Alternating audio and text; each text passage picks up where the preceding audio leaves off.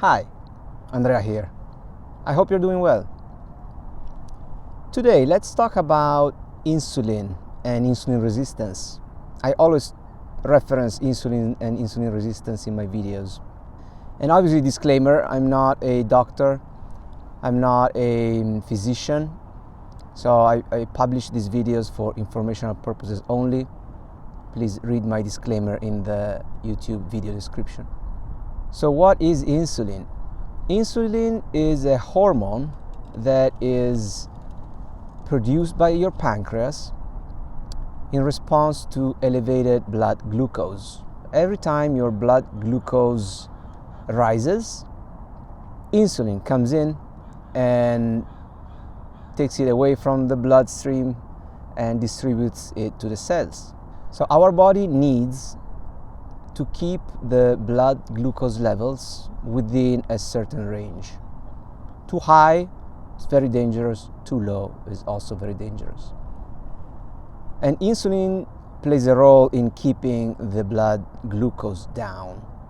So every time it rises, blood glucose, pancreas produces some insulin that goes in the bloodstream, gets the glucose, and then distributes it to the cells for usage, for energy, or it stores it into glycogen, so the glucose storage mechanism that we have in our body.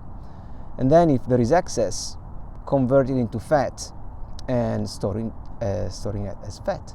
One of the key concepts to understand related to insulin is that insulin inhibits the burning of fat, the release of our fat for energy.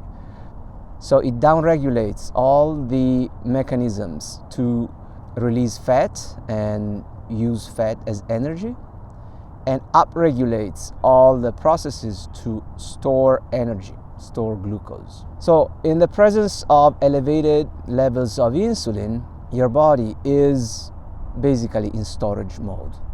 It cannot use your fat for energy. So this is a beautiful mechanism that we have in our body. Now the problem comes when blood glucose is chronically high, because if blood glucose is chronically high, it means that the pancreas has to produce a lot of insulin to deal with that blood glucose. And why is the blood glucose high? Well, blood glucose is high because of our eating habits. So we have become a species that basically feeds continuously on carbohydrates. And carbohydrates, if you saw my videos, but you probably know, are basically made up of glucose and the sugars, all the sugars, not only glucose. So the moment we ingest a large quantity of carbohydrates, our blood sugar will spike and our insulin will come in to help.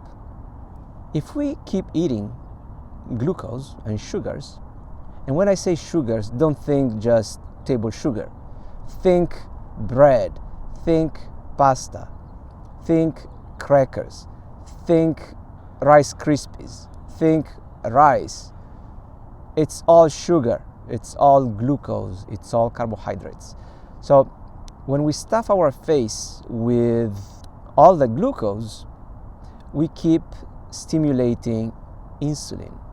So over time, we will have chronically high levels of insulin, which is called hyperinsulinemia. And that will put us in a state in which we are basically always in storage mode and in sugar burning mode. So we cannot use our fat, and anything in excess will get stored as fat. So a problem connected to this chronic elevated insulin throughout the years continuously is a phenomenon called insulin resistance. And that is basically when our cells have receptors to understand that insulin is coming in and delivering the glucose.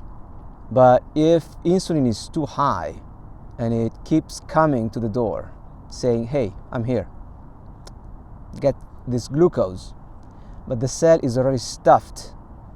Well, at a certain point, it will stop accepting that glucose. It will stop listening to the insulin.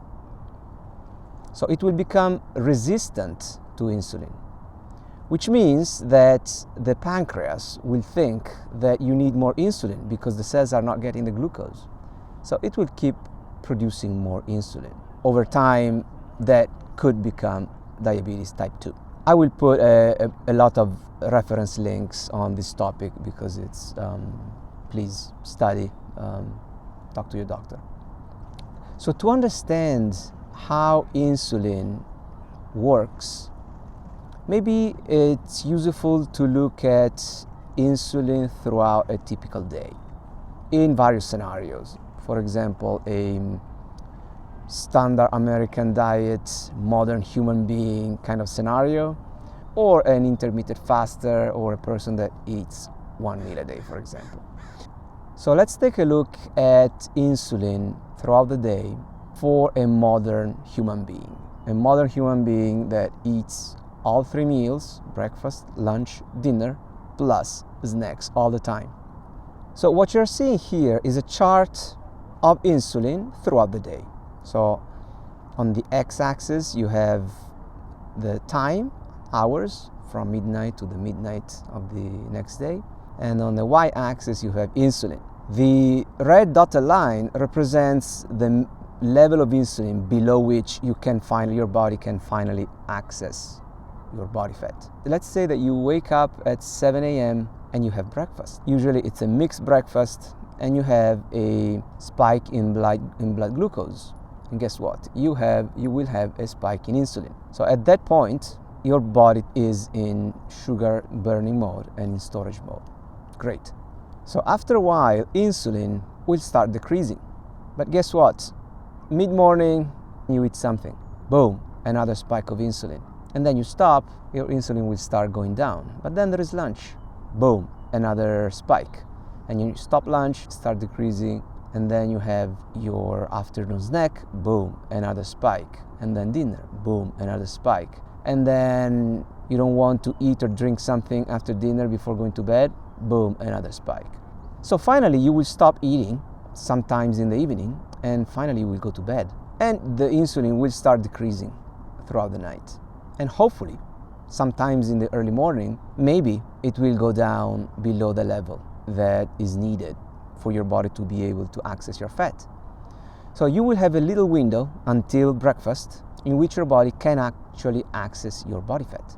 If you are hyperinsulinemic and maybe a little bit insulin resistant, then your spikes of insulin will be higher and your insulin will decrease at a slower rate, which means that it is very possible that your insulin will never go below the level that is needed for your body to actually access your fat. So that's why month after month, year over year, you keep getting bigger and bigger. So let's go to the other extreme.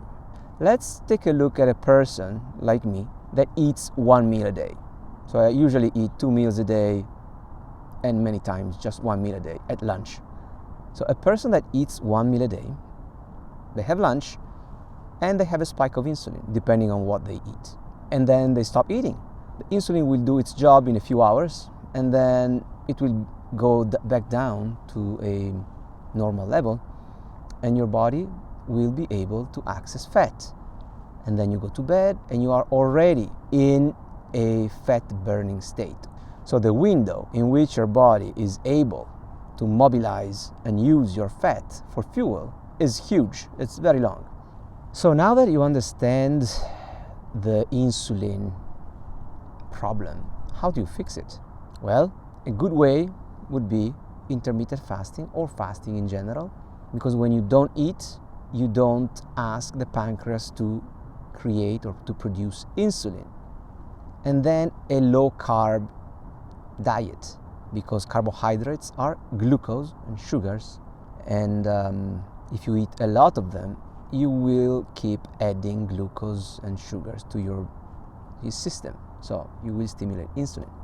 And then we didn't talk about it in this video, but obviously exercise also plays a role in helping out with insulin, because exercise will use glucose, and so it will help insulin going down. As usual, I hope this was useful. If you found this useful and you have friends or family members that need help, please share this video with them.